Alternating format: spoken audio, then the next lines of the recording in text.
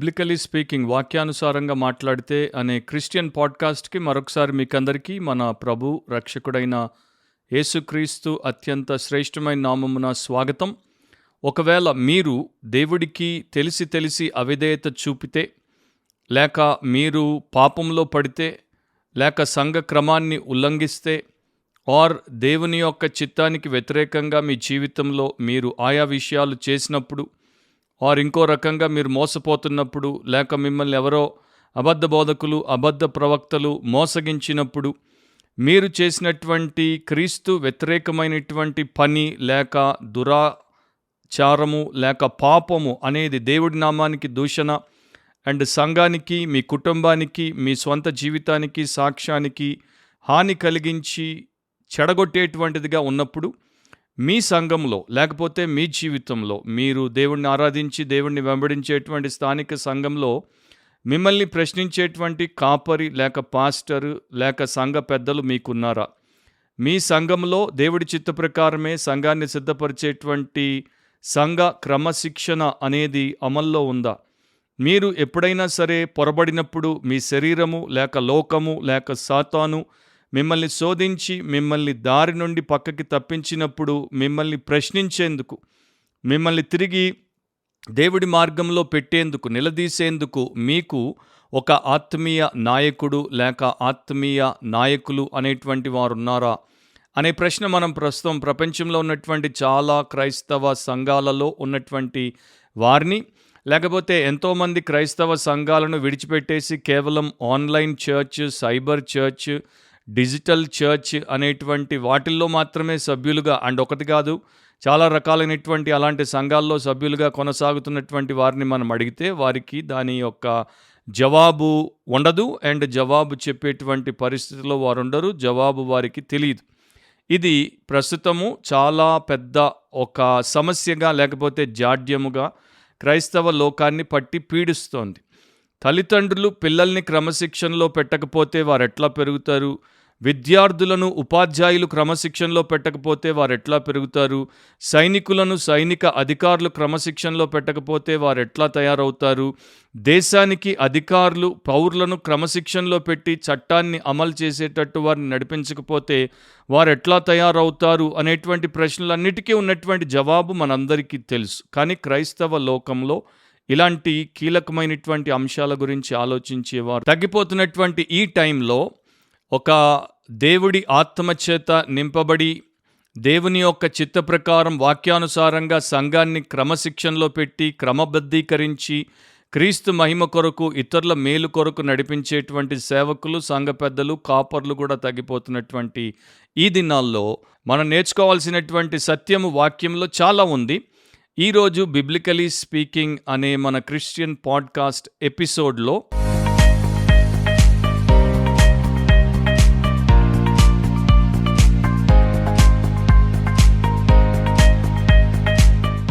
దేవుడు ఆది నుండి కూడా ఆయనలో ఉన్నటువంటి తత్వాన్ని లోకానికి, మనందరికీ, అంటే ఆయన యొక్క వాక్యాన్ని ఎరిగినటువంటి వారికి, ఆయన్ని వ్యక్తిగతంగా ఎరిగినటువంటి విశ్వాసులకు లేక ఆయన యందున్న ఆయన ప్రజలకు తెలియజేస్తూనే వచ్చాడు. దేవుడు ఒక క్రమము కలిగినటువంటి దేవుడు, క్రమబద్ధతను ప్రేమించేటువంటి దేవుడు. God is a God of order and he likes everything to be in order.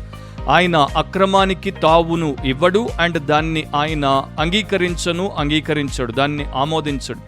So దేవుడు ఏం చేశాడు? ఎప్పుడైనా సరే తనను వెంబడించేటువంటి వారు, తన యందు భయభక్తులు కలిగినటువంటి వారు, తన ప్రజలుగా, తన సంఘములో ఉన్నటువంటి తన విశ్వాసులుగా, క్రైస్తవులుగా ఎంచబడినటువంటి వారందరూ కూడా దారి తప్పితే, వాక్యానికి వ్యతిరేకంగా పోతే వారిని జవాబుదారీతనంలోనికి తీసుకురావడానికి ఒక సిస్టమ్ని, ఒక క్రమాన్ని అండ్ సర్వెంట్స్ని, సేవకులను ఏర్పాటు చేశాడు.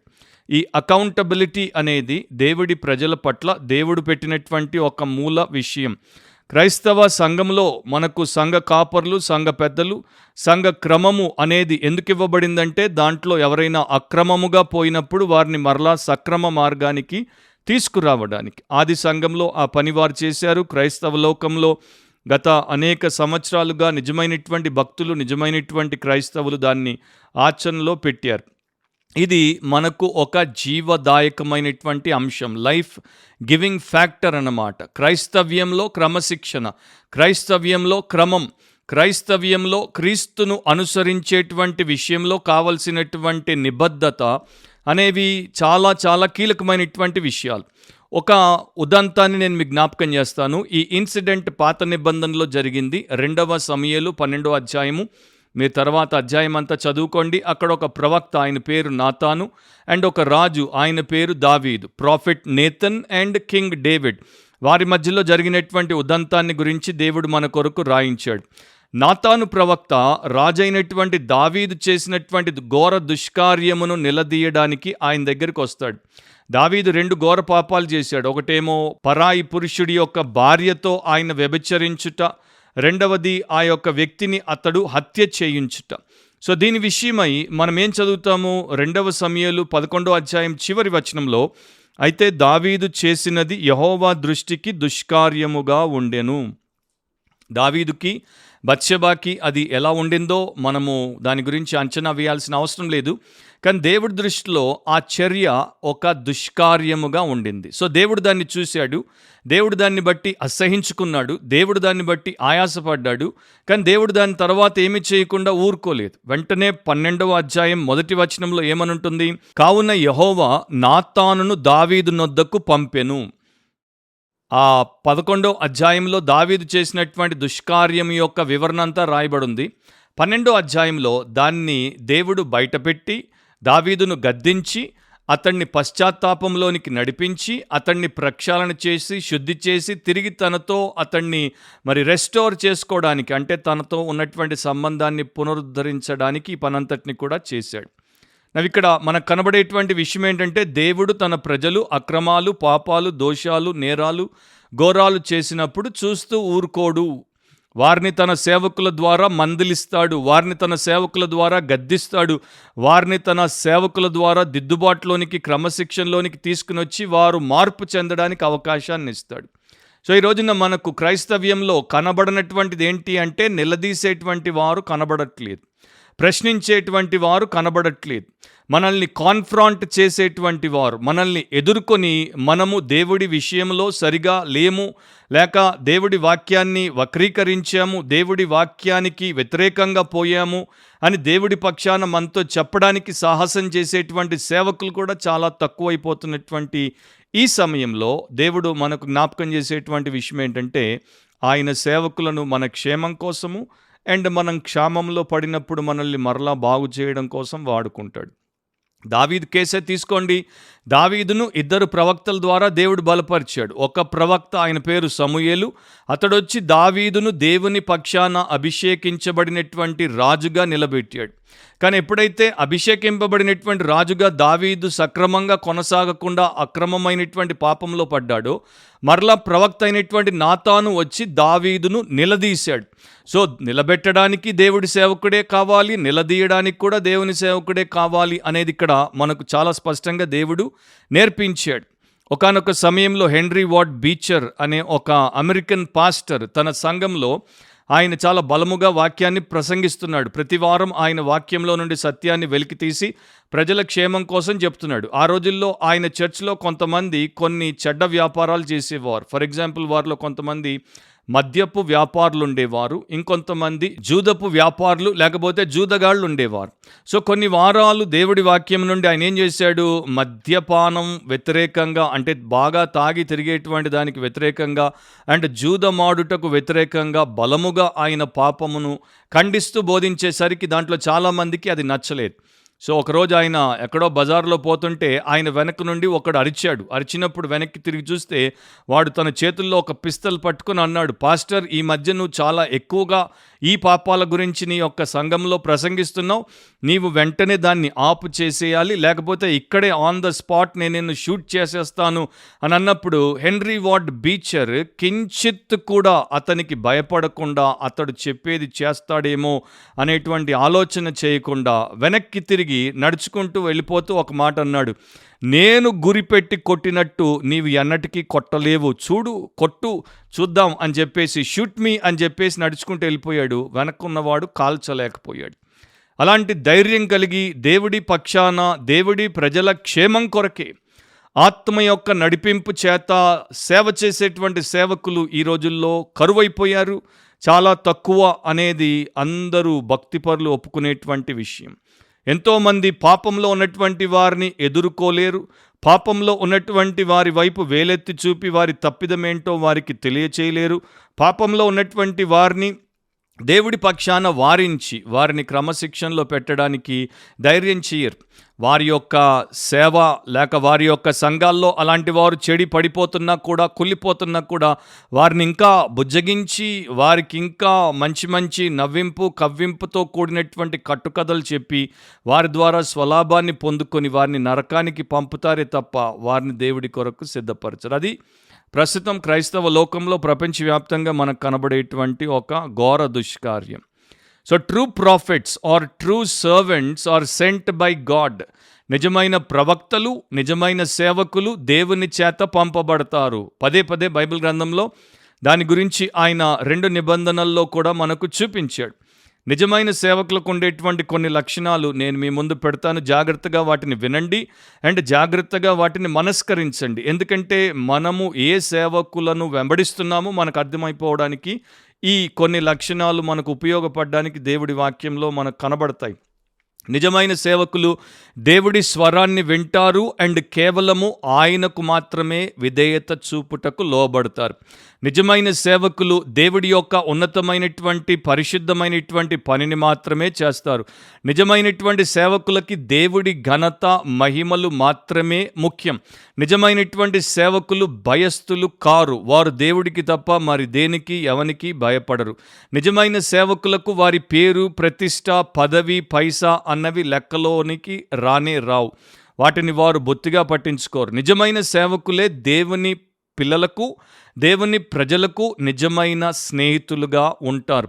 నిజమైన సేవకులు ఎప్పుడు కూడా సత్యాన్ని ప్రేమతో చెప్తారు. నిజమైన సేవకులు మనుష్యుల ఎదుట వారి పాపాలు చూపించి స్పష్టంగా వాటిని ఎక్స్పోజ్ చేసి ఇది నీ పరిస్థితి అండ్ దీనివల్ల నీకు వచ్చే గతి ఇది అని వారు చెప్పకుండా ఉండరు, చెప్తారు. నిజమైన సేవకులు పాపుల కన్నులను వారిలో ఉన్నటువంటి పాపత్వానికి లేక ఘోరమైనటువంటి చెడ్డతనానికి, దుష్టత్వానికి చూపించి వారిని ప్రభు దగ్గరికి నడిపించుటలో సహాయపడతారు. యేసుక్రీస్తు అనేటువంటి రక్షకుడి ద్వారా క్షమాపణ, శుద్ధి, శక్తి అనేవి పొందుకోవడానికి వారిని సిద్ధపరుస్తారు. నిజమైన సేవకులు తప్పకుండా మనిషి ఏ పాపం చేసినా, ఏ స్థాయి పాపం చేసినా వారిని మారు మనసు అనుభవంలోనికి నడిపిస్తారు. పశ్చాత్తాపపడేటట్టు, ఆ పాపాన్ని విడిచిపెట్టేటట్టు ప్రభు పాదాల దగ్గర పరిశుద్ధపరచబడినట్లు వారు వారి యొక్క పరిచర్యలు జరిగిస్తారు. నిజమైన సేవకులు మనుష్యులను నిత్య నాశనము నుండి కాపాడుతారు. అందుకని నిజమైన సేవకులు దేవుని రాజ్యానికి ఆణిముత్యాల వంటి వారు. దేవుడి రాజ్యంలో ఉన్నటువంటి లాభకరమైనటువంటి సాధనాలు, assets to the Kingdom of God. అయితే నిజమైన సేవకులు ఎప్పుడు కూడా మైనారిటీలో ఉంటారు. కొంతమందే ఉంటారు, ఎక్కువ ఉండరు. నిజమైన సేవకులే ఈ రోజున మనకు కావాలి. కానీ ఈ రోజున నకిలీ సేవకులు ఎక్కువ, నిజమైన సేవకులు తక్కువ. సో నీ బాధ్యత, నా బాధ్యత ఏంటంటే మనం వెంబడించేది నిజమైన సేవకున్నా, నకిలీ సేవకున్నా. ఆ 2వ సమూయేలు 12వ అధ్యాయం 7వ వచనంలో నాతాను దేవుడి చేత పంపబడ్డాడు, రాజైనటువంటి దావీదును నిలదీశాడు. ఆయన యొక్క సంగతంతా కూడా చాలా చక్కగా నేర్పరితనంతో ఆయన ఎదుట కళ్ళ కట్టినట్టు పెట్టినప్పుడు దావీదు ఉక్రోషపడిపోయి ఆ మనిషిని, మరి ఎవడైతే అలాంటి తప్పు చేశాడో వాడు మరణానికి పాత్రుడు అనగానే నాతాను సూటిగా చాలా స్పష్టంగా సవాలు చేసేటట్టు మాటలు చెప్తాడు. దావీదును చూచి ఆ మనుష్యుడవు నీవే, ఆ మనుష్యుడవు నీవే, యు ఆర్ ద మ్యాన్. ఈరోజు మన పాడ్కాస్ట్ యొక్క టైటిల్ ఏంటంటే యు ఆర్ ద మ్యాన్, ఆ మనుష్యుడవు నీవే. సో అలా ఆయన చెప్పగలిగాడు. ఈ రోజున న్యూ టెస్టమెంట్ని మనం తీసుకుంటే అలాంటి సేవకులతో పాటు మరి చాలా ఎక్కువ శాతం అబద్ధపు సేవకులు, నకిలీ సేవకులు మనకు కనబడతారు. కొన్ని వచనాలు నేను మీకు జ్ఞాపకం చేస్తాను, ఎక్స్ప్లెయిన్ చేయను. మరి గలతీ 1:10 వచనంలో పౌలు భక్తుడు అంటాడు, ఇప్పుడు నేను మనుష్యుల దయను సంపాదించుకొన జూచుచున్నానా, దేవుని దయను సంపాదించుకొన జూచుచున్నానా, నేను మనుష్యులను సంతోషపెట్ట గోరుచున్నానా, నేను ఇప్పటికీ మనుష్యులను సంతోషపెట్టు గోరు వాడునైతే క్రీస్తు దాసుడను కాకయే పోవుదును.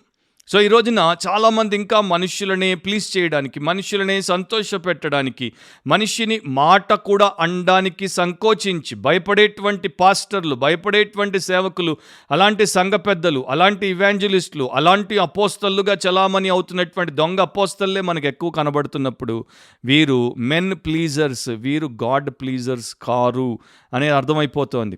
తర్వాత రెండవ కోవకు సంబంధించిన వారు ఎవరు అంటే సెల్ఫ్ గ్లోరిఫైయర్, స్వంతాన్ని మహిమపరచుకోవడానికి ఏదో రకంగా వారికి ఉన్నటువంటి అవకాశాన్ని వాడుకోవడానికి ప్రయత్నం చేసేటువంటి దుష్టులు.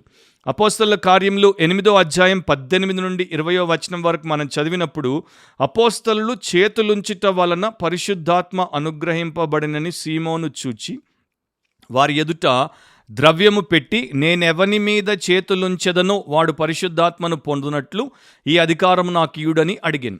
ఎందుకు పరిశుద్ధాత్మ అభిషేకము లేకపోతే పరిశుద్ధాత్మ వచ్చేటట్టు ఎవడి మీదైతే చేయి పెడతాడో వారి మీదకి వచ్చేటట్టు అతడు డబ్బు పెట్టి ఆ వరాన్ని కొనుక్కుంటున్నాడు, డబ్బు పెట్టుబడిగా పెడుతున్నాడు అంటే రేపు ఆ యొక్క వరాన్ని ఒక బిజినెస్గా, వ్యాపారంగా మార్చి డబ్బు సంపాదించడానికి, పైసా సంపాదించడానికి, పేరు సంపాదించడానికి అందరూ అపోస్తలుల వైపు ఆకర్షించబడుతున్నారు. ఎందుకంటే వారిలో ఉన్నటువంటి ఆ ప్రత్యేకతను వారు గుర్తించారు. వారు ప్రార్థించి చేతులుంచగా పరిశుద్ధాత్ముడు ఆ మనుషుల మీదకి దిగొస్తున్నాడు. So same status and same సిల్వర్ని ఈ గారడి సీమోను కోరుకున్నాడు. కనుక పేతురు ఏమంటాడు చూడండి, అందుకు పేతురు నీవు ద్రవ్యమిచ్చి దేవుని వరము సంపాదించుకొందునని తలంచుకొనినందున నీ వెండి నీతో నశించునుగాక. ఎవడు కూడా దేవుడిని అడ్డం పెట్టుకొని స్వంతాన్ని మహిమపరచుకోవాలనుకుంటే వాడి యొక్క సమస్తము నాశనానికే పోతాయి. అండ్ ఇలాంటి వారే మనకి ఎక్కువ మన చుట్టూ ఈ రోజుల్లో కనబడుతున్నారు. మూడవ కోవకు సంబంధించిన వారు ఎవరంటే ట్రూత్ ట్విస్టర్స్. వీళ్ళు సత్యాన్ని వక్రీకరిస్తారు, వారికి కావలసినట్టు దాన్ని మార్చేస్తారు. 2 పేతురు 3:17లో బైబిల్ చెప్తోంది, నీతి విరోధుల తప్పు బోధ వలన తొలగింపబడొద్దు. నీతికి విరోధులు వీరు. నీతికి విరోధులు గనుక నీతి వాక్యాలను అవినీతి కొరకు వారు వక్రీకరిస్తేనే తప్ప వాడుకోలేరు. అందుకని వారు చేసేటువంటి బోధ తప్పు బోధ. అలాంటి వారి బారిన పడి మీరు దేవుడి మార్గము నుండి, సత్య మార్గము నుండి తప్పిపోవద్దు అని పేతురు హెచ్చరిస్తున్నాడు. సో ఇలాంటి హెచ్చరిక చేసేటువంటి సేవకులు తగ్గిపోతున్నప్పుడు వంచన చేసేటువంటి వారు ఎక్కువైపోతారు. పౌలు భక్తుడు 2 కొరింథీ 2:17లో రాసినప్పుడు ఈ రక్షణను అమ్ముకునేటువంటి వారి గురించి రాశాడు, సాల్వేషన్ సెల్లర్స్ గురించి రాశాడు. మేము దేవుని వాక్యమును కలిపి చెరిపెడు అనేకుల వలె ఉండక నిష్కాపట్యము గలవారమును దేవుని వలన నియమింపబడిన వారమునై ఉండి క్రీస్తు నందు దేవుని ఎదుట బోధించుచున్నాము అని అంటాడు. మిగతా వారు అట్లా లేరు కనుక వారేం చేస్తారు, దేవుడి వాక్యాన్ని కలిపి చెరిపేసి అనేకులను మోసగించేందుకు అనేకులు ఈ రోజున తయారైపోయారు. 2 కొరింథీ 4:2లో చూస్తే, అయితే కుయుక్తిగా నడుచుకొనకయు దేవుని వాక్యమును వంచనగా బోధింపకయు. ఎందుకు కుయుక్తిగా నడుచుకుంటారు, ఎందుకు దేవుడి వాక్యాన్ని వంచనగా బోధిస్తారు అంటే వారు విశ్వాసపు వ్యాపారులు, ఫెయిత్ బిజినెస్ చేసేవారు. గాడ్లీనెస్ని వారు గ్రీడ్ కోసం అండ్ కేవలం గెయిన్ కోసమే చేసేటువంటి వారు. యేసును అమ్ముకున్నటువంటి ఇస్కరియోతు యూదా లాంటి వారు ఆ రోజునే కాదు ఈ రోజున కూడా చాలామంది ఉన్నారు. మత్తయి సువార్త 26:14 నుండి 15 వరకు మీరు చూస్తే, అప్పుడు 12 మందిలో నొకడగు ఇస్కరియోతు యూదా ప్రధాన యాజకుల యొద్దకు వెళ్ళి నేను ఆయనను మీకు అప్పగించిన యెడల నాకేమిత్తురని వారిని అడిగాను. అందుకు వారు 30 వెండి నాణేములు తూచి వానికి ఇచ్చిరి. సో 30 వెండి నాణ్యాలకు యేసు ప్రభువుని వాడు ఆ రోజున అమ్ముకున్నాడు. అండ్ ఈ రోజున చాలామంది జీసస్ని సేల్కి పెట్టేశారు, జీసస్ని అమ్ముకుంటున్నారు. అలాంటి బ్లెస్సింగ్ ఏజ్లో మనం ఉన్నాం. దీన్ని అంతటిని ఆశీర్వాదపు కాలము లేకపోతే దీవెనల యుగము అనేటట్టు తయారు చేసేసారు. ఎక్కడ చూసినా బ్లెస్సింగే, ఆశీర్వాదము ఆశీర్వాదము ఆశీర్వాదం అన్న తప్ప మరొక మాట మనకు వినబడదు. ఆత్మీయత అన్నది వినబడదు, దేవుని యొక్క అనుబంధం గురించి మనకు వినబడదు, దేవుడితో అన్యోన్యత అనేది వినబడదు. ఎప్పుడు చూసినా ఆశీర్వాదం.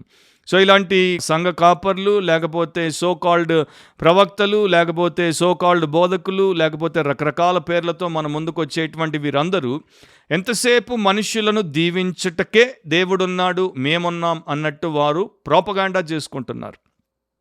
ఎదుటున్నవాడు పరిశుద్ధుడా పాప్య, ఎదుటున్నవారు నిజమైన వారా నకిలీవారా, ఎదుటున్నవారు నీతిమంతుల నీచుల లేక యథార్థపరుల వేషధారుల, యేసును అనుసరించే అనుచరుల లేక అభిమానుల, నిజమైనటువంటి శిష్యులా లేక డమ్మీలా అనేటువంటి ఆలోచన లేదు. వచ్చిన మందంతటిని కూడా దేవుడు నిన్ను దీవిస్తున్నాడు.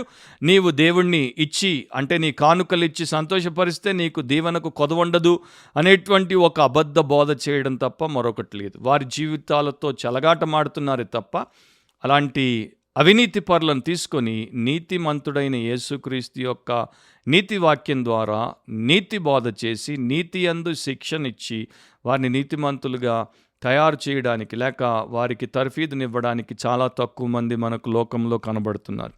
ఎలీషా లాంటి వారు తగ్గిపోయారు, పౌల్ లాంటి వారు తగ్గిపోయారు, కానీ గెహజీలు గారడి సీమోన్లు ఎక్కువైపోయారు. నాతాను ఎలాంటి వాడో చూడండి. 2 సమూయేలు 7వ అధ్యాయంలో చూస్తే ఆయన ఒక ప్రవక్త. మొదట్లో ఆయన వచ్చి దావీదు నాకు దేవుని యొక్క మందిరం కట్టాలనుందంటే కట్టేయి, దేవుడు నిన్ను దీవిస్తాడు అన్నాడు. కానీ మరలా దేవుడు నాతానుని కరెక్ట్ చేశాడు. పోయి నేను నీకు ఏది చెప్పానో అదే చెప్పు, దావీదు మందిరాన్ని కట్టడు, దావీదు కుమారుడు కడతాడు అంటే మరలా నాతాను వెనక్కొచ్చి తాను తప్పు చేసినా కూడా దేవుడు చెప్పిందే అతడు తిరిగి వచ్చి చెప్పేశాడు. దేవుడి యొక్క ఉద్దేశాన్ని నెరవేర్చినటువంటి నిజమైనటువంటి ప్రవక్త. కనుక ఇప్పుడు 2 సమూయేలు 12వ అధ్యాయంలో దావీదు వ్యభిచారం చేసి హత్య చేసి చాలా దారుణమైనటువంటి ఘోర దుష్కార్యాన్ని చేశాడు కనుక మరలా దేవుడు నాతాన్ని పంపించాడు. నేను ఇక్కడ గుర్తుపెట్టుకోవాలి, ప్రపంచానికి ఉన్నటువంటి ప్రధాన సమస్య ఏంటంటే పాపపు సమస్య. ప్రపంచంలో ఎన్నో సమస్యలు ఉన్నాయి. ఈరోజు చాలామంది సోకాల్డ్ క్రైస్తవులు కూడా సోషల్ జస్టిస్ మూవ్మెంట్లో పడిపోయి సామాజిక న్యాయం చేయాలి, మంచినీరు ప్రజలకు ఇవ్వాలి, ఆరోగ్యాన్ని ప్రజలకు అందుబాటులో పెట్టాలి, వస్త్రాలు ఇవ్వాలి, అన్నం పెట్టాలి, లేకపోతే నల్ల తెల్ల అనేటువంటి జాతి వివక్ష ఉండకూడదు, ఇది అది అని చాలా రకాలుగా మాట్లాడుతున్నారు. అవన్నీ కూడా మంచివే, అవన్నీ కూడా చేయాల్సిందే. అవన్నీ కూడా బైబిల్లో నీతి కలిగినటువంటి దేవుడి దగ్గర నడుచుకునేటువంటి ప్రతి ఒక్కరూ చేయడానికి ప్రేరేపింపబడేటువంటి విషయాలే. కానీ అవే కాదు కదా దేవుడి రాజ్యంలో లేక దేవుడి లోకంలో కీలకమైనవి, ప్రాముఖ్యమైనవి. వాటిని చేసి ఒక పాపిని ఇంకా పాపిగానే పోషిస్తే, వాటిని చేసి ఒక పాపికి మంచి నీళ్ళు ఇచ్చి, ఒక పాపికి మంచి భోజనం పెట్టి, ఒక పాపికి మంచి వస్త్రాలు ఇచ్చి, ఒక పాపికి తెల్ల రంగున్న నల్ల రంగున్న వాడి యొక్క రంగును బట్టి వివక్ష చూపించకుండా వాడిని బతికినంతకాలం 70 లేక 80 ఏళ్ళు వాడి ఆయుష్కాలం అంతా వాడిని పాపిగానే ఉంచి పరలోకానికి కాకుండా నరకానికి నెట్టేస్తే ఎవడికి లాభం? అది దేవుడి ఉద్దేశం కానీ కాదు. అందుకని దేవుడు ఏం చేశాడు? పాపపు సమస్యను తీయడానికి ఆయన విద్యావేత్తలను, అకాడమిషియన్స్ని పంపలేదు, ఆయన ఫిలాసఫర్లను, తత్వవేత్తలను పంపలేదు, ఆయన సైకాలజిస్టులను, సైకియాట్రిస్టులను, మానసిక శాస్త్రవేత్తలను పంపలేదు, ఆయన ఎకానమిస్టులను పంపలేదు, ఆయన బ్యూరోక్రాట్లను పంపలేదు, ఆయన గవర్నమెంట్ అఫీషియల్స్ని పంపలేదు. ఆ పాపపు సమస్యను బాగు చేయడానికి ఆయన ఓల్డ్ టెస్టమెంట్లో ప్రాఫెట్స్ని, ప్రవక్తల్ని పంపాడు. న్యూ టెస్టమెంట్లో సర్వెంట్స్ ఆఫ్ గాడ్, దేవుడి సేవకులను, సంఘ కాపర్లను లేకపోతే సంఘ పెద్దలను ఆయన పెట్టాడు. కనుక ఈ పాపపు సమస్యను పరిష్కరించడానికి దేవుడి ద్వారా వాడబడేది దేవుని సేవకులు మాత్రమే, మరొకరు కారు. నాతాను ఆ పనిని చాలా చక్కగా చేస్తాడు. ఎంతో సమయస్ఫూర్తి దాంతోపాటు నైపుణ్యతను వినియోగించాడు. ఆయన ఒక కథ చెప్తాడు. దావీదు దగ్గరికి వచ్చి డైరెక్ట్గా నీచుడా, హంతకుడా, వ్యభిచారి అని మొదలుపెట్టాడు. చాలా జాగ్రత్తగా వచ్చి రాజుని ఎదుర్కొన్నప్పుడు ఒక కథ చెప్తాడు. ఆ కథ ఏంటి? అతడు వచ్చి దావీదుతో ఇట్లా నేను ఒకానొక పట్టణమందు 2 మనుషులుండిరి. ఒకడు ఐశ్వర్యవంతుడు, ఒకడు దరిద్రుడు. ఐశ్వర్యవంతునికి విస్తారమైన గొర్రెలను గొడ్లను కలిగి ఉండెను. అయితే ఆ దరిద్రునికి తాను కొనుక్కొనిన ఒక చిన్న ఆడు గొర్రెపిల్ల తప్ప ఏమీ లేకపోయెను. వాడు దానిని పెంచుకొనుచుండగా అది వాని యొద్దను వాని బిడ్డల యొద్దను ఉండి పెరిగి వాని చేతి ముద్దలు తినుచు, వాని గిన్నెలోనిది త్రాగుచు, వాని కౌగిట పండుకొనుచు, వానికి కుమార్తె వలె ఉండెను. అట్లుండగా మార్గస్థుడొకడు ఐశ్వర్యవంతుని యొద్దకు వచ్చెను. అతడు తన యొద్దకు వచ్చిన మార్గస్థునికి ఆయుత్తము చేయుటకు తన గొర్రెలలో గాని గొడ్లలో గాని దేనిని ముట్టనొల్లక ఆ దరిద్రుని గొర్రెపిల్లను పట్టుకొని తన యొద్దకు వచ్చిన వానికి ఆయుత్తము చేసెను. సో ఎంత చక్కగా మరి ఆ యొక్క కథను చెప్పాడో చూడండి. దావీదు ఈ మాట విని ఆ మనుష్యుని మీద బహుగా కోపగించుకొని, యెహోవా జీవము తోడు నిశ్చయముగా ఈ కార్యము చేసిన వాడు మరణపాత్రుడు అని చెప్పేశాడు. వాడు కనికరము లేక ఈ కార్యము చేసెను గనుక ఆ గొర్రెపిల్లకు ప్రతిగా 4 గొర్రెపిల్లలు నీయవలెనని నాతానుతో అనెను. అప్పుడు నాతాను అంటాడు దావీదుతో చూస్తూ, దావీదు వంక చూస్తూ, ఖచ్చితంగా కంట్లో కళ్ళు పెట్టి చూస్తూ అంటాడు, ఆ మనుష్యుడవు నీవే. ఆ ఐశ్వర్యవంతుడు, ఆ దుష్టుడు ఎవడైతే మరి దురాగతంతో ఈ పేదవాడి ఒకే ఒక గొర్రెపిల్లను లాగేసుకున్నాడో, తన స్వార్థం కోసం వాడుకున్నాడో, ఆ మనిషి ఎవడో కాదు, వాడు నీవే. వాడికి మరణాన్ని శిక్షగా విధించాలని నువ్వు రాజుగా చెప్పావు కదా, మరి నీకు నీవే మరణానికి పాత్రుడిగా ఎంచుకొని శిక్షించుకోవాల్సినటువంటి ఆ మనుష్యుడవు నీవే. ఒకానొక సందర్భంలో ఒక చర్చ్ సర్వీస్ అయిపోయిన తర్వాత పాస్టర్ బయట ఉన్నప్పుడు అందరూ కలుస్తుంటే ఒక అతను వచ్చి పాస్టర్తో షేక్ హ్యాండ్ చేసి ఒక మాట అన్నాడు, పాస్టర్ గారు, ఈ మధ్య మీ ప్రసంగాలు చాలా బలంగా ఉన్నాయి అండ్ సూటిగా నా హృదయాన్ని తాకుతున్నాయి. ప్రతి ప్రసంగము నా యొక్క నిజ స్వరూపాన్ని ఒక చిత్రంగా నాకు చూపిస్తోంది. దేవుడు మిమ్మల్ని దీవించునుగాక అని చెప్పేసి థ్యాంక్స్ చెప్పి వెళ్ళిపోయాడు. సో ప్రతి ప్రసంగము ఒక అద్దములాగా తన ఎదుట ఉన్నటువంటి వారికి మరి వారు దేవుడి విషయాల్లో, దేవుడి వాక్యంలో, దేవుడి చిత్తంలో ఎలా ఉన్నారు అనేది చూపించగలగాలి. డాక్టర్ దగ్గరికి వెళ్తే అతడు మనకున్నటువంటి రోగాన్ని మనకు ఎన్నో రకాలుగా చూపిస్తాడు. ఫర్ ఎగ్జాంపుల్, మీ పన్ను పుచ్చిపోయింది అనుకోండి, ఆయన మొదటి దాన్ని చూసిన తర్వాత అద్దం పెడతాడు, చూపిస్తాడు, ఇదిగో నీ పన్ను ఇది పుచ్చిపోయింది, దాన్ని పీకేయాలి అంటాడు. లేకపోతే నీ కంట్లో పూత వచ్చింది అనుకో, ఆయన దాన్ని ఫోటో తీసి లేకపోతే ఎక్స్రే తీసి చూపిస్తాడు, ఇదిగో నీ కంట్లో ఇంత పూత వచ్చింది, దాన్ని తీసేయాలి. లేకపోతే నీ యొక్క హార్ట్లో ఎక్కడైనా ఈ యొక్క బ్లాక్లు ఉన్నాయనుకో, ఆయన యాంజియో చేసి దాన్ని నీకు వీడియోలో చూపిస్తాడు, ఇదిగో ఇక్కడ రక్తం సరిగా పోవట్లేదు, అది నీ సమస్య, దాన్ని బాగు చేయాలి. సో పాస్టర్ చేసే పని కూడా అంతే, సంఘ పెద్దలు చేసే పని అంతే, బైబిల్ బోధకులు చేసే పని అంతే. మనం పాపులం, మనము రకరకాల లోపాలతో, రకరకాల పాపాలతో ఉన్నటువంటి వారం. మనం ప్రభు పోలికలోనికి ఎదగడానికి జీవితకాలం కూడా సరిపోదు. అలా ఎదుగుతున్న క్రమంలో మన లోపాలు మనకు చూపించేవారే లేకపోతే, అలాంటి ధైర్యం చేసేటువంటి సేవకులే మనకు లేకపోతే అది సంఘమే కాదు అండ్ మనం అక్కడ ఉండాల్సిన అవసరమే లేదు. సో నిజమైనటువంటి సేవకులందరూ కూడా ఏం చేస్తారు? ప్రజలకు సత్యము చెప్పి సహాయము చేస్తారు. ప్రజలకు సత్యం చెప్పడం ద్వారా హాని చేయట్లేదు. They are not harming the people by giving them the truth. They are in fact helping the people by giving them the truth. ఇది మనకు అర్థమైనప్పుడు వారు దేవుడి పక్షాన మాట్లాడుతున్నారు అండ్ ప్రజల క్షేమం కోసం మాట్లాడుతున్నారు అనేది అర్థమైతే మనకు ఎవరు మనల్ని తప్పుదిద్దబోయినా మనకు బాధ అనిపించదు, పరువు పోయినట్టు అనిపించదు, ఈగో హర్ట్ అవ్వదు అండ్ మనం ఫీల్ అయిపోం. కొంతమందిని నేను జస్ట్ పేర్కొంటాను, ఎగ్జాంపుల్గా మీకు పాయింట్అవుట్ చేస్తాను. అపోస్తలుల కార్యములు 7వ అధ్యాయం 51వ వచనంలో స్టెఫను ఆత్మపూర్ణుడు, విశ్వాసము కలిగినటువంటి గొప్ప దైవ సేవకుడు, ఆయన ఏమంటున్నాడో వినండి. ముష్కరులారా, హృదయములను చెవులను దేవుని వాక్యమునకు లోపరచ నొల్లని వారలారా, మీ పితరుల వలె మీరును ఎల్లప్పుడూ పరిశుద్ధాత్మను వ్యతిరేకిస్తారు, లేకపోతే పరిశుద్ధాత్మను ఆటంకపరుస్తారు, లేకపోతే పరిశుద్ధాత్మను దుఃఖపరుస్తారు. సో ఆయన ఏమంటున్నాడు? దేవుడి వాక్యానికి లోపరచ నొల్లని వారు మీ హృదయాలు, మీ చెవులు. మరొక సంఘ కాపరి వాక్యం చక్కగా ఉపవాస ప్రార్థనతో చెప్తున్నప్పుడు వినని వారు ఆయనకి కనబడుతుంటే దేవుడు ఆయనతో చెప్తాడు, అదిగో వారు వినట్లేదు, వీరు వినట్లేదు, వారు పాటించట్లేదు, వీరు పాటించట్లేదు. దేవుడు డైరెక్ట్గా వచ్చి వారితో ఇప్పుడు మాట్లాడు. ఈ కాపరి ద్వారా చెప్తాడు, కాపరికి పోయి వారికి కౌన్సిలింగ్ ఇవ్వు, వీరిని కరెక్ట్ చేయి, వారిని కాన్ఫ్రాంట్ చేయి అండ్ వీరిని దారిలో పెట్టు అని చెప్పినప్పుడు ఆ పని ఆ కాపరి చేయకపోతే. యోసేపు గురించి ఆదికాండం 40వ అధ్యాయంలో ఒక ఉదంతాన్ని మనం చూస్తాం. ఆయనకి కలల భావమును చెప్పే ఆ గొప్ప యోగ్యత లేకపోతే సామర్థ్యాన్ని దేవుడిచ్చాడు. సో ఫరో దగ్గర పనిచేసేటువంటి ఇద్దరు, ఒక ఆయన ఏమో బేకర్ అండ్ అంటే భక్ష్యకారుల అధిపతి అండ్ ఇంకొక ఆయన ఏమో పానదాయకుల అధిపతి.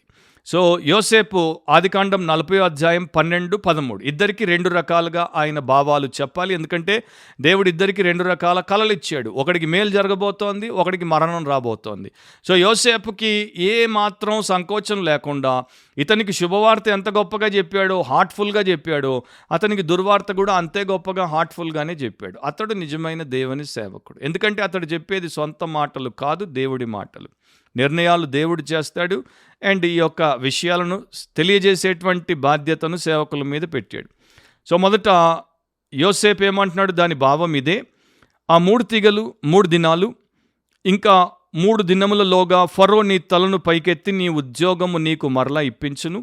నీవు అతనికి పానదాయకుడవై ఉన్ననాటి మర్యాద చొప్పున ఫరో గిన్నెను అతనికి చేతికి అప్పగించదవు. సో ఇతడి లైఫ్ రెస్టోర్ అయిపోయింది. ఈ భక్ష్యకారుల అధిపతికి అలాంటిది లేదు. సో 18, 19 వచనాల్లో అందుకు యోసేపు దాని భావం ఇదే. ఆ 3 గంపలు 3 దినములు, ఇంకా 3 దినాల్లోగా ఫరో నీ మీద నుండి నీ తలను పైకెత్తి మ్రాను మీద నిన్ను వ్రేలాడదీయించును. అప్పుడు పక్షులు నీ మీద నుండి నీ మాంసమును తినివేయునని ఉత్తరమిచ్చను. ఎంత ధైర్యం కావాలి! ఒక ఆయనకేమో తిరిగి ఫరోని పదవినిస్తాడు అని మంచి మాట చెప్పాడు. ఇంకొక ఆయనకేమో నీ ప్రాణం తీసేస్తాడు అన్న చెడ్డ మాట చెప్పాడు. ఆ రెండు చేయించేది దేవుడు గనుక దేవుడు చూపించినటువంటి కల్లో ఉన్నటువంటి భావము చెప్పడమే యోసేపు యొక్క బాధ్యత గనుక అతడు చక్కగా దాన్ని చెప్పేశాడు.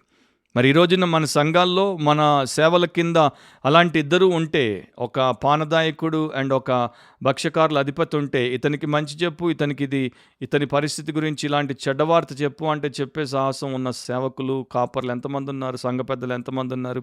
మొహమాటం అడ్డం వస్తుంది బ్రదర్, భయం వేస్తుంది బ్రదర్, ఏమనుకుంటారా బ్రదర్, చర్చికి రారేమో బ్రదర్, మానేస్తారేమో బ్రదర్, నా వెనకాల మాట్లాడతారేమో బ్రదర్, నా మీద దుమ్మెత్తిపోస్తారేమో బ్రదర్, నన్ను విమర్శిస్తారేమో బ్రదర్, నా కానుకలు ఇవ్వరేమో బ్రదర్, నా గురించి చెడు ప్రచారం చేస్తారేమో బ్రదర్. ఏమైనా చేసుకొనివ్వు బ్రదర్, దేవుడు చెప్పింది నువ్వు చేస్తున్నావా లేదా అన్నదే ముఖ్యం. అలా చేసేవారు తగ్గిపోతున్నారు. పౌలు ఆయన ఏం చేశాడు? వీళ్ళన్నా మామూలు కేసులు అనుకోండి, పౌలు అయితే ఇక చాలా సూపర్ కేసు. గలతీ 2:11 అయితే కేఫా అంటే పేతురు అంతియోకయకు వచ్చినప్పుడు అతడు అపరాధిగా తీర్చబడెను, కనుక నేను ముఖాముఖిగా అతనిని ఎదిరించి తిని. పౌలు ఎప్పుడో తర్వాత వచ్చాడు. పేతురు మొదట యేసు ప్రభు చేత ఎన్నుకోబడ్డాడు. పేతురు 3.5 సంవత్సరాలు యేసును అంట పెట్టుకొని తిరిగాడు. పేతురు యేసు ద్వారా పరిశుద్ధాత్మ చేత నింపబడి పెంతెకోస్తు దినాన్న ప్రసంగం చేసినప్పుడు 3,000 ఆత్మలు రక్షించబడ్డాయి. పేతురు యేసు ప్రభు యొక్క ప్రధానమైనటువంటి స్పోక్స్ పర్సన్. పేతురుకున్నంత పాపులారిటీ పౌలుకి ఎక్కడిది? పౌలు తర్వాత ఎప్పుడో వచ్చాడు. పౌలు సంఘ వ్యతిరేకి, పౌలు క్రీస్తు విరోధి. అలాంటి పౌలును దేవుడు కనికరంతో రక్షించాడని ఆయనే చెప్తాడు. అలాంటి పౌలు ఏంటి పేతుర్ని అపరాధిగా ఎంచడం ఏంటి? పేతుర్ని అందరి ఎదుట సభాముఖంగా పబ్లిక్లో నిలదీయడం ఏంటి? ముఖం మీద అతని యొక్క తప్పును ఎత్తి చూపించడం ఏంటి? అది ఒక నిజమైన ఆత్మపూర్ణుడైనటువంటి దేవుని సేవకుడు. నువ్వు ముందొస్తే నే వెనకొస్తే, నువ్వు పైనుంటే నే కిందుంటే, నువ్వు తప్పు చేసినప్పుడు దేవుడు నీ తప్పును నా ద్వారా ఎత్తి చూపించడానికి ఆయన నాకు ఆజ్ఞనిస్తే నేను ఆ పని చేస్తాను. సో పౌలు లాంటి తత్వం ఉన్నటువంటి వారు అలాగే చేస్తారు. జస్ట్ ఆలోచించండి, మనము ఒక చోట ఒక వీధిలో ఉన్నాము, ఒక పిచ్చివాడు పరిగెత్తుకుంటూ వస్తున్నాడు, వాడి చేతిలో ఒక కత్తి ఉంది, వాడు పిచ్చివాడు. వాడు ఏం చేస్తున్నాడో వాడికి తెలియదు. ఎవరినైనా పొడి చేస్తాడు, ఎవరినైనా కోసేస్తాడు, ఎవరికైనా హాని చేస్తాడు. ఆ టైంలో వాడిని అట్లాగే వదిలేస్తారా, లేకపోతే వాడిని చాకచక్యంతో పట్టుకుని వాడిని కట్టేసి వాడి చేతిలో ఉన్నటువంటి కత్తిని తీసేస్తారా? ఎవ్వడు కూడా బుద్ధున్నోడు వాడిని అట్లా విడిచిపెట్టడు. ఐదర్ వారైనా లేకపోతే అక్కడున్న పోలీసు వారికైనా అది రిపోర్ట్ చేసి అతడిని పట్టి అతడి ద్వారా ఎవరికి హాని కలగకుండా జాగ్రత్త పడతారు. ఇది కామన్ సెన్స్, ఇది లాజిక్. మరి దేవుడికి వ్యతిరేకంగా, వాక్యానికి వ్యతిరేకంగా, సంఘానికి, క్రైస్తవ్యానికి వ్యతిరేకంగా, క్రీస్తు యొక్క మహిమకు వ్యతిరేకంగా ఒక సోకాల్డ్ విశ్వాసి దానికన్నా దారుణమైనటువంటి పాపం చేయబోతుంటే వాడిని ఎందుకు పట్టుకోరు? వాడిని ఎందుకు అరికట్టరు? అంటే స్పిరిచువలీ స్పీకింగ్ వాడిని ఆత్మీయంగా ఎందుకు అరికట్టకూడదు? వాడికి ఎందుకు బుద్ధి చెప్పకూడదు? వాడిని ఎందుకు నిమ్మలపరచకూడదు? సేమ్ థింగ్ మీరు ఆలోచిస్తే మీకు అర్థమవుతుంది. చాలా చాలా ఎక్కువగా ఆ పని మనం చెయ్యాలి. సో ఎవరైనా సరే, సేవకులైనా సరే, సంఘస్థులైనా సరే, సంఘస్థులు కూడా ఒకరికొకరు బుద్ధి చెప్పుకోవాలని, ఆ పాపము యొక్క భ్రమలో ఇతరులు పడి నాశనం అవ్వకుండా వారిని జాగ్రత్తతో నడిపించాలని దేవుడి వాక్యం హెబ్రీ 3వ చెప్తోంది. కనుక ఎవరా పని చేయబోయినా కూడా వారు మొదట వాస్తవ సత్యాలన్నీ కూడా వారి ఎదుట కరెక్ట్గా కలిగి ఉండాలి. ఫ్యాక్ట్స్ అన్నీ కరెక్ట్గా ఉండాలి. ఆ మనిషి ఇలా చేశాడు, ఆమె ఇలా చేసింది, ఇది నిజము, ఇది యథార్థము, ఇది రుజువులతో ఉన్నటువంటి వాస్తవిక విషయము అన్నది వారికి తెలియాలి. అండ్ రెండవది మరి ముఖ్యమైనటువంటి విషయం ఏంటంటే దేవుడు వారిని ప్రేరేపించాలి. నిజమైనటువంటి సేవకులను, నిజమైనటువంటి ఆయన మహిమను, ఇతరుల మేలును మాత్రమే కోరేటువంటి, ఏ చెడు ఉద్దేశము లేక స్వప్రయోజనం గురించి ఆలోచన లేకుండా ఉండేవారిని దేవుడు ప్రేరేపిస్తాడు. నాతాను లాంటి వారిని ప్రేరేపించాడు, పౌలును ప్రేరేపించాడు, మనల్ని కూడా ప్రేరేపిస్తాడు. అలా మనము ఆ యొక్క పరిచర్య చేస్తే ఎంతోమందికి మేలు చేసిన వారం అవుతాం. కానీ తొందరపాటు ఉండకూడదు. వాస్తవాలు తెలియకుండా ఎవడో పుట్టించిన పుకారు వినేసి వెంటనే మనము ఒక దుష్ప్రచారాన్ని చెయ్యకూడదు. అండ్ మన జీవితంలో మనము first and foremost exemplary life, మాదిరికరమైన జీవితాన్ని కలిగి దేవుడి మాటకు లోబడేటువంటి వ్యక్తులముగా ఉంటేనే ఈ పని మనం చేయడానికి ఆస్కారం ఉంది. నాతాను తప్పును దేవుడు దిద్దినప్పుడు వెంటనే దిద్దుకున్నాడు. రాజు దగ్గరికి వచ్చి, నేను నీకు తప్పు చెప్పాను, దేవుడు నీ ద్వారా కాదు నీ కుమారుడు ద్వారా మందిరాన్ని కట్టిస్తాను అంటున్నాడు కనుక దేవుడి మాట ఇదే అని మరలా చెప్పేశాడు. మోమాట పడలేదు. ఏంటి ప్రవక్త ఏంటి తప్పు చెప్పాడు అని ఆయన అనుకోవడానికి మరి ఈయన ఫీల్ అవ్వలేదు. సో నాతాను చాలా చక్కగా దేవుని యొక్క విషయాన్ని దావీదు ముందు పెట్టాడు. అండ్ ఇంకొక వచనం కూడా చాలా కీలకమైంది 2 సమూయేలు 12లో. ఆ వచనం ఏంటంటే, నీవు యెహోవా మాటను తృణీకరించి ఆయన దృష్టికి చెడుతనము చేసితివేమి. ఇంగ్లీష్లో బాగుంటుంది, why have you despised the word of the Lord. అంటే దేవుడి వాక్యాన్ని చిన్న చూపు చూసావేంటి, దేవుడి వాక్యాన్ని లెక్కలోకి తీసుకోలేదేంటి, దేవుడి వాక్యాన్ని పక్కకి అలా నెట్టిపారేసావేంటి, దేవుడి వాక్యాన్ని తృణీకరించేసావేంటి, దేవుడి వాక్యానికి అలా గేలి చేసి అన్యాయం చేసావేంటి అని దావీదును ప్రశ్నించినప్పుడు దావీదుకి ఇక అసలు డిఫెన్సే లేదు. దావీదు పూర్తిగా దొరికిపోయాడు. ఒక భక్తుడు ఈ రకంగా అన్నాడు, నాతాను చేతుల్లో ఉన్నటువంటి కత్తి దావీదు యొక్క మనస్సాక్షికి ఎంత దగ్గరగా వచ్చి గుచ్చుకుందంటే దావీదుకు అసలు ఇంకొక మాట పలకడానికి అవకాశమే లేదు. అంతగా అతడు మరి స్వయంగా దేవుడే ఆ మనుషుడవు నీవే అని చెప్పినట్టు దావీదు మరి నాతాను చెప్పినప్పుడు విన్నాడు గనుక మనస్సాక్షిలో కూర్చోబడ్డాడు. సో నాతాను యొక్క పరిచర్య ఎంత గొప్పగా ఉందో చూడండి. మొహమాటం లేదు, బిడియం లేదు, భయం లేదు. దావీదెవరు? దావీదు దేవుడి చేతే ఎన్నుకోబడినటువంటి వ్యక్తి. దావీదు దేవుని యొక్క హృదయానుసారుడు. దావీదు గొలియాతును చంపినటువంటి ఇశ్రాయేలు వీరుడు. దావీదు కీర్తనాకారుడు. దావీదు గేయకర్త. దావీదు సంగీత కళాకారుడు. దావీదు సౌలుకు అల్లుడు. అండ్ దావీదు అందరి యొక్క బహుప్రియుడు. అండ్ దావీదు ఆ దేశానికి ప్రస్తుతం రాజు. నిజంగా రాజు కోపం వస్తే నాతాను తలకాయ తెగిపోయేది. మూడవ మనిషికి ఈ విషయం ఏంటో తెలియకుండా దావీదు నాతాను యొక్క తలను సింపుల్గా కట్ చేసి పారేసేవాడు. సో దేవుడి వాక్యాన్ని అతడు ఏ మాత్రము రాజీ పడకుండా మార్చకుండా తాను అన్పాపులర్ అయిపోతాడేమో అనేటువంటి భయం లేకుండా నాతాను అతనికి చెప్పేశాడు. అండ్ మనకి తెలుసు చరిత్రలో, బైబిల్ చరిత్రలో మనం చూస్తే ఆహాబుకు మీకాయా అనే ప్రవక్త సత్యం చెప్పినందుకు అతన్ని జైల్లో పెట్టించాడు. మనకి తెలుసు మరలా ఏలియా అనేటువంటి వ్యక్తి ఆహాబుకు సత్యం చెప్పినప్పుడు అతన్ని బాధ పెట్టాడు. హేరోదు మరి బాప్తిస్మం ఇచ్చి యోహాను అతని పాప జీవితాన్ని పైకెత్తి చూపినప్పుడు అతన్ని చెరసాల్లో వేశాడు. తర్వాత అతని తల తెగ్గొట్టించేశాడు. సో రాజుల కోపం వస్తే ఏం జరుగుతుందో మనకు తెలుసు, నాతానికి కూడా తెలుసు. కానీ నాతాను దేవుడి పక్షాన దేవుడి వాక్యాన్ని దేవుని సేవకుడుగా ఉన్నటువంటి ఈ దావీదుకు చెప్పాడు. అండ్ దావీదుకి ఒక మంచి గుణం ఉంది. అతడు చాలా పెద్ద పాపం చేశాడు. కానీ అతనిలో చాలా మంచి గుణం ఏంటంటే తన పాపాన్ని ఒప్పుకున్నాడు, కప్పుకోలేదు. ఒప్పుకున్నాడు, పశ్చాత్తాపడ్డాడు, దేవుడి పాదాల దగ్గర పడ్డాడు అండ్ క్షమించబడి శుద్ధి చేయబడ్డాడు. దావీదే కీర్తన 141:5 అంటాడు, నీతిమంతులు నన్ను కొట్టుట నాకు ఉపకారం, వారు నన్ను గద్దించుట నాకు తైలాభిషేకం, నేను అట్టి అభిషేకమును త్రోసివేయకొందును గాక.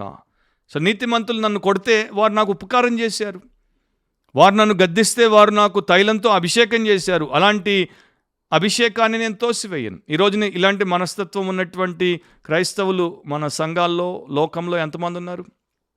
ఎవరినైనా ఒక చూపు చూస్తే చాలు, ఒక మాట అంటే చాలు, ఒక స్మాల్ కరెక్షన్ చేస్తే చాలు, వారి పాపం ఏంటో, వారికి అది ఎలాంటి హాని చేయబోతోందో వారిని హెచ్చరిస్తే, నివారించబోతే చాలు, ఇక వారికి ఎంత మొహం మాడిపోతుందో. అండ్ వారు దూరం నుండే నిన్ను చూస్తారు, పక్క నుండి వెళ్ళిపోతారు. నిన్ను ఫేస్ చేయడానికి కూడా ఇష్టపడరు, నీకు ప్రైజ్ ద లార్డ్ కూడా చెప్పరు, నిన్ను కలవరు, నిన్ను అవాయిడ్ చేస్తారు. ఎందుకంటే నువ్వు వారి తప్పును ఎత్తి చూపించావు.